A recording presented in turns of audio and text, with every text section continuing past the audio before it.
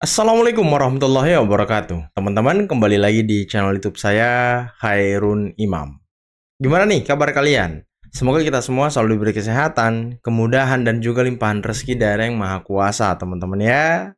Nah, di video kali ini kita akan melihat bagaimana kelompok Roy Suryo CS sepertinya sudah terlampau kelewatan, sudah terlalu offside dalam meneliti ijazah maupun tempat sekolah Mas Wapres Gibran. Kenapa? Nah, beberapa hari yang lalu ketika mereka konferensi pers, Roy Suryo menyebutkan bahwa Orchid Park, tempat Gibran sekolah, itu dekat dengan tempat rehabilitasi narkoboy.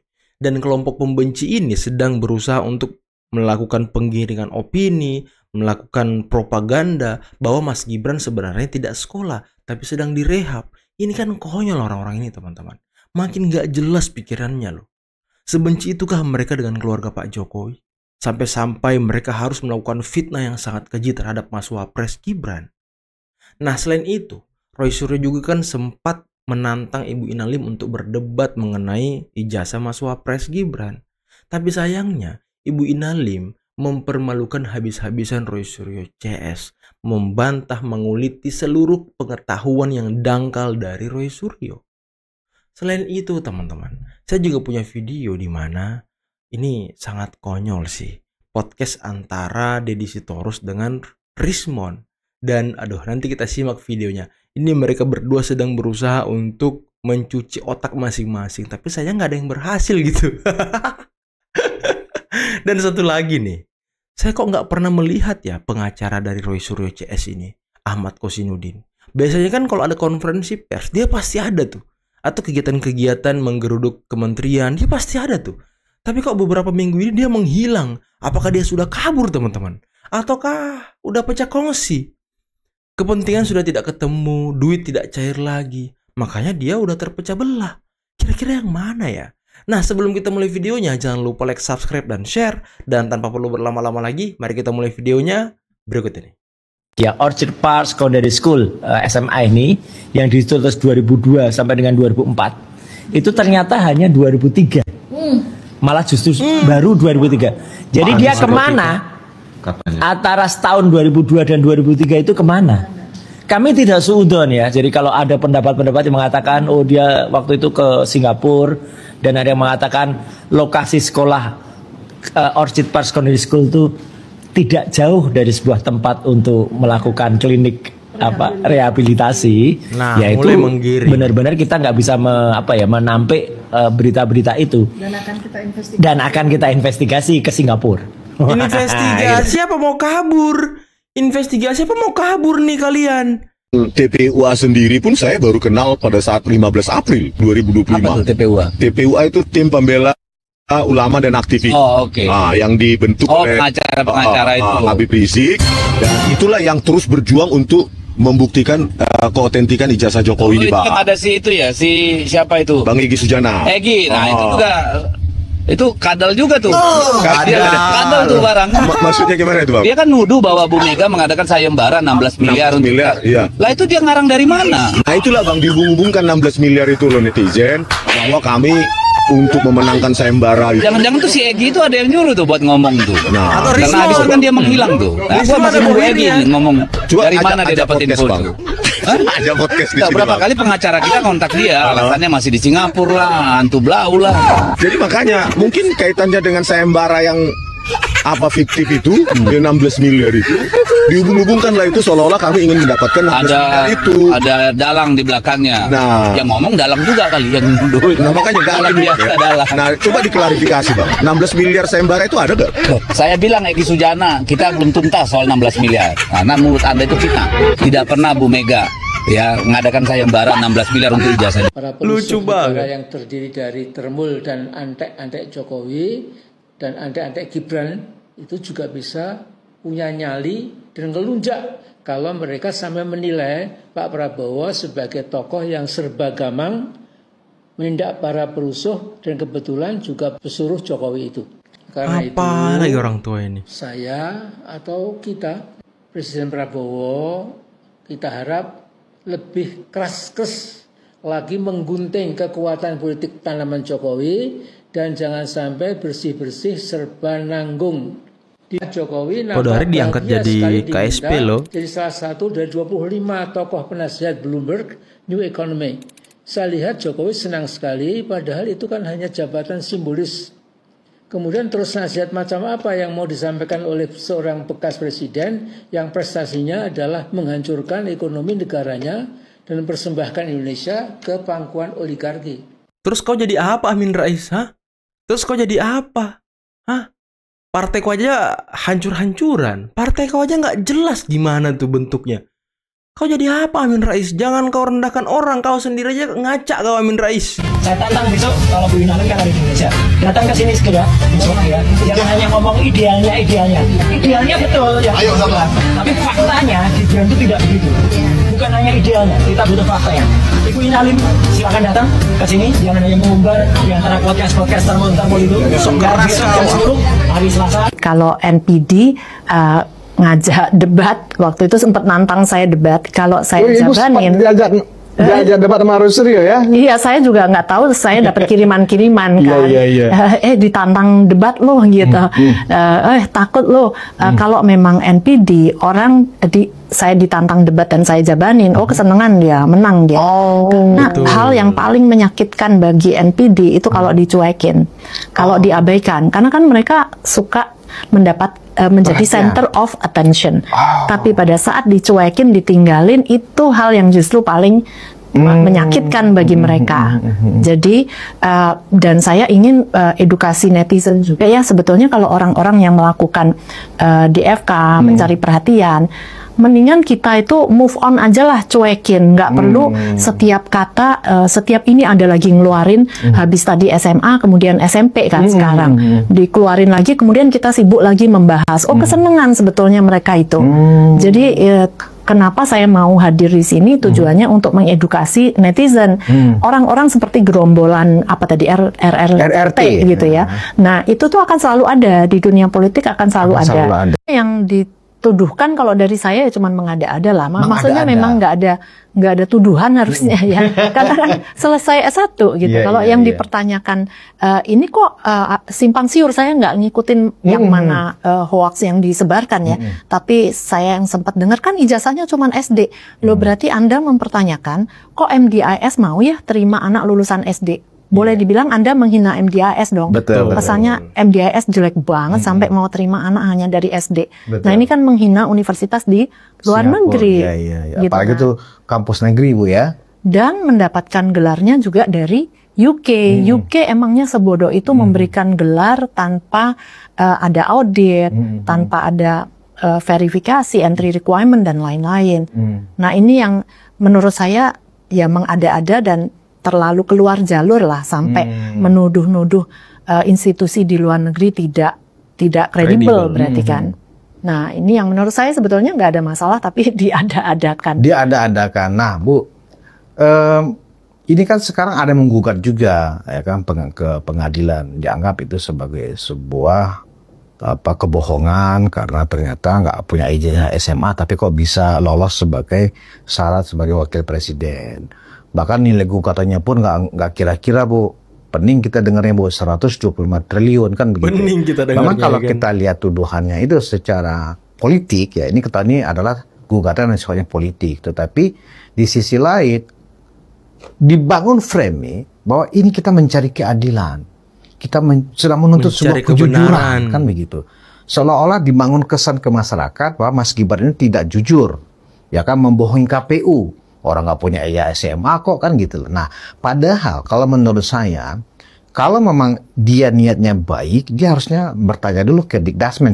Sekarang kan kalau nggak salah namanya Dikdasmen ya, Kementerian Pendidikan Dasar dan Menengah. Kalau dulu kan gabung semuanya kan gitu loh. Tinggal ditanya aja apakah Mas Gibran itu memang ketika memasukkan ijazah dia di KPU itu, apakah SMA atau perguruan tinggi itu memang ekivalen atau setara, kan selesai. Kecuali Dikdasmennya mengatakan enggak, itu memang enggak jelas. Nah itu boleh tuh pernyataan Dikdasmen ya diambil sebagai semacam evidence, sebagai bukti, dibawa ke pengadilan gugatan perdata kan begitu. Nah Dikdasmen kan sudah menjawab Bu Ina bahwa nggak ada masalah dengan persyaratan Mas Gibran. Gimana Ibu mengomentarinya? Makanya kalau yang ingin diperjuangkan adalah kejujuran dari sebuah ijazah, ya pertanyakan semua politisi dan pejabat dan anggota dewan yang ada sekarang. Karena saya yakin banyak sekali berarti itu yang nggak jujur. Jadi misalkan kita sudah tahu, baru kemarin lusa saya counseling, karena setiap hari ya saya ketemu dengan mahasiswa siswa SMA yang mau ke perguruan tinggi. Nah, baru kemarin lusa ibunya bilang mereka baru mendapatkan tawaran dari calo untuk membayar 350 juta untuk masuk PTN. Nah, jadi kalau yang mau diperjuangkan adalah kejujuran, ijazah, coba pertanyakan semua pejabat tadinya masuk ke PTN-nya jalur bayar nggak gitu. Untuk mendapatkan ijazahnya ya coba dipertanyakan, bawain apel jeruk ke para dosen nggak gitu. Karena kan itu udah kayak rahasia umum gitu. Apakah sebenarnya ini bentuk kekhawatiran seperti yang mereka bilang ya, kekhawatiran Pak Jokowi bahwa Mas Gibran akan ditinggal oleh Pak Prabowo? Ya, itu sebenarnya kerisauan kita semua ya, ketika orang yang punya positioning politik selalu mengatasnamakan pengamat, penggiat, dan lain sebagainya. Tapi saya rasa rakyat juga udah cukup cerdas ya. Jejak digital banyak. Siapa itu Ferry Amsari dan lain sebagainya. Latar belakangnya siapa yang didukung, siapa Yunarto, dan lain sebagainya. Siapa Said Didu. Jadi ketika dia selalu melabeling dalam forum-forum sebagai penggiat sosial, sebagai pengamat. Ya kita tahu misalnya Said Didu juru bicaranya Amin. Kita gitu lah. Anies dan Muhaimin bahwa ada positioning politik, dan yang lain-lain juga begitu kan. Dan kita tahu mudah-mudahan memang rakyat juga sadar diri kan, bahwa apa yang dia sampaikan adalah sebagai posisi dia itu punya keberpihakan secara politik. Jadi nggak perlu dirisaukan, orang pasti tahu itu soal itu ya, bahwa dia akhirnya punya statement yang juga mendiskreditkan Pak Jokowi. Apapun yang disampaikan Pak Jokowi pasti didiskreditkan. Betul. Dan gue setuju soal pengaman politik itu kan harusnya jauh lebih bijak, jauh lebih punya rasionalitas dibangun, bukan dengan kebencian. Betul. Bukan dengan apa yang dilakukan disampaikan selalu salah. Orang itu ada benar ada salah itu. Tidak salah terus. Kalau salah terus berarti emang lu benci betul kan gitu loh. Jadi kalau disinggung Slamet Ginting atau udahlah kan gitu loh.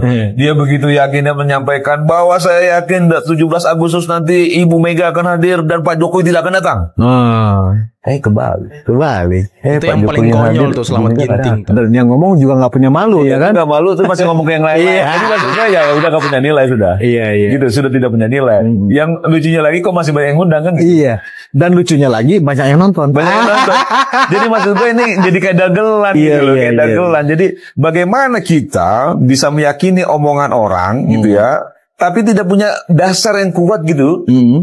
Menyampaikan argumentasi secara rasional, gue rasa nggak punya itu, cuma ya ngomel aja gitu. Jadi kalau kita kayak di kampung-kampung deh, kayak mama lagi ngomel aja, wah ngomel, ini ngapain sih gitu, nggak jelas kan gitu. Kalau orang Medan bilang mah merepet aja mereka. Jadi nggak jelas gitu. Merepet aja kayak kau. Sedangkan ini konteksnya bicara negara. Gitu loh. Ini konteksnya bicara soal bagaimana politik nasional dan lain sebagainya. Kan lucu ya. Dan ya mbok ya kalian ini ya orang-orang podcast, orang media ya dilihat-lihat juga lah. Bukan berarti juga kok paling benar nggak juga. Tapi bahwa publik kan juga perlu mendengar yang sesuatu yang rasionalitasnya terbangun dengan baik. Benar. Bukan karena kebencian. Wah ini nggak benar, ini nggak benar. Menyebarkan wah, propaganda. Dikit-dikit loh. Wah kelihatannya ini sudah pecah kongsi. Iya. Antara Pak Prabowo dan Pak Jokowi. Opo benar. Gitu. Dasarnya opo kan gitu loh. Dasarnya ya, ini karena si Budi Ari dicopot. Bersih-bersih. Orang Jokowi di kabinet. Iya betul. Gitu loh. Budi Ari itu pojok. Tapi bukan berarti juga orang dekat Pak Jokowi. Pendukung iya. Kan begitu loh. Dan kalau misalnya Pak Jokowi kan nggak gitu juga ya. Nggak juga misalnya begini. Ada orang yang memiliki hak prerogatif seperti Pak Prabowo, presidennya pasti dia hargai soal itu. Kan nggak begitu juga. Dan orang bilang, ini Nadiem Makarim dulu atas perintah. Iya menterinya Pak Jokowi. Dia nggak tahu itu rekomendasinya Teguh Umar misalnya. Misalnya kan begitu ya. Terus ini Yakut Jadi tidak semua menteri yang ada di kabinet Pak Jokowi itu orang dekatnya Pak Jokowi. Iya, Karena rekomendasi partai-partai dan lain sebagainya, terbentuklah kabinet. Jangan juga akhirnya semua dibilang ini orang dekat Pak Jokowi karena dia mantan di kabinet Pak Jokowi. Enggak begitu cara berpikirnya. Tapi kalau misalnya Pak Pratikno dicopot, ya itu memang betul sudah diakui juga oleh Pak Jokowi. Cuma satu itu doang. Satu itu doang. Cuma rasa-rasanya Kodari juga orang Solo gitu. Nah, iya, itu kok malah jadi naik kan gitu. Iya. Rasa-rasanya bahkan Kodari yang paling lantang meneriakan 3 periode waktu itu, ya kan? Jadi kalau misalnya orang bilang ini pecah kongsi, kayak makin kuat. Kayak makin erat. Iya. Malah menjadi KSP sekarang. Yang nggak diduga-duga mau diresapel, tiba-tiba kepala KSP diresapel, yang naik Kodari lagi. Iya. Gitu loh. Makin ramai lagi orang. Makin ramai. Nggak punya kapasitas. Karena dianggap bagian dari Pak Jokowi. Nggak punya kapasitas. Oke teman-teman, itulah tadi beberapa video yang bisa kita simak pada kesempatan kali ini. Dan ya bisa kita lihat ya seperti apa framing-framing jahat, propaganda-propaganda, narasi-narasi sesat yang terus disebarkan oleh gerombolan pembenci Pak Jokowi, kelompok Roy Suryo CS, dan yang terbaru tadi katanya Mas Gibran diduga tidak sekolah di Orchid Park, beliau sebenarnya direhab. Ini kan hal-hal konyol yang terus dipertontonkan oleh mereka. Dia tidak punya lagi bahan untuk menyerang substansi atau objek ijazah sekolah dari Mas Wapres, makanya dia lari kemana-mana. Dan tadi katanya mau menginvestigasi sampai ke Singapura. Nah ini mau menginvestigasi atau mau kabur? Karena menurut informasi yang saya dapatkan dari Joshua Sinambela, beliau sudah menyelesaikan BAP ahlinya sebagai saksi ahli dalam kasus pencemaran nama baik dan juga mungkin undang-undang ITE di Polda Metro, yakni laporan Pak Jokowi dan juga Pradi Bersatu. Nah ini kan mereka sudah mewanti-wanti nih, sepertinya sebentar lagi akan diadakan pengumuman tersangka gelar perkara. Makanya dia buru-buru kabur ke Singapura biar nanti ketika menjadi tersangka mereka nggak ditahan teman-teman. Nah apakah seperti itu konsep-konsep yang mereka mau bangun? Tapi ya kita juga tidak pernah melihat lagi nih si Kozinudin. Apakah mereka sedang konsolidasi untuk melakukan aksi demonstrasi besar-besaran ketika kelompok-kelompok mereka dinyatakan sebagai tersangka? Apakah ada gerakan-gerakan tertentu untuk melawan dan merongrong pemerintah? Nah ini yang patut untuk diwaspadai teman-teman. Karena ini Kozinudin, dia yang paling rajin mendampingi Roy Suryo CS. Entah itu ketika mendatangi suatu tempat, entah itu ketika konferensi pers, pasti Kozinudin ada. Tapi kok selama berminggu-minggu ini dia hilang gitu. Kemana Kozinudin ini? Apakah sedang mencari pendanaan baru? Ataukah memang kepentingan mereka sudah tidak ketemu? Kepentingan mereka sudah bertabrakan, jadi sudah pecah kongsi nih teman-teman. Nah kira-kira yang mana ya Kozinudin ini ya? Dan lagi tadi, aduh Amin Rais. Ngaca dong. Ngaca Amin Rais. Jangan seperti itu ngomongnya. Ngaca itu perlu loh. Ngaca itu penting untuk melihat ke dalam diri kita sendiri, mengenai kekurangan, mengenai apa yang perlu diperbaiki. Nah itu Amin Rais. Sama kayak Roy Suryo CS, harusnya mereka bercermin. Ibu Ina Lim sudah mengatakan ya, diduganya mereka ini NPD teman-teman ya. Penyakit mental rupanya. Rupanya mereka itu punya penyakit mental. Aduh, kocak. Tapi gimana menurut kalian teman-teman? Apakah memang Roy Suryo CS ini punya penyakit mental? Karena selalu mau diperhatikan, selalu merasa paling benar, selalu merasa paling bijak, selalu merasa paling lah pokoknya. Tidak ada yang mengalahkan mereka ini. Ya itu sepertinya penyakit mental juga kali ya. Tidak mau menerima pendapat orang lain, tidak mau menerima pandangan orang lain. Nah itulah kelompok Roy Suryo CS nih. Ya makanya ya tidak salah juga sih Ibu Ina Lim tidak memperdulikan mereka ya kan. Karena kalau Ibu Ina Lim memperdulikan mereka, menjabani mereka ya sama aja Ibu Ina Lim memberikan mereka panggung untuk bersuara lagi gitu. Emang aneh sih. Tapi dengar kabar terakhir Ibu Ina Lim bersedia gitu untuk menerima tantangan debat dari Roy Suryo CS karena sudah menyerang pribadi Ibu Ina Lim, sudah menyerang personal. Nah inilah yang selalu mereka lakukan. Kalau kalah debat, kalah data, kalah argumentasi, serang personalnya. Nah seperti itulah tabiat gerombolan pembenci. Oke lah teman-teman, mungkin cukup sekian dulu video kali ini. Jangan lupa like, subscribe, dan share videonya. Akhir kata, billahi taufiq wal hidayah. Wassalamualaikum warahmatullahi wabarakatuh. Bye-bye.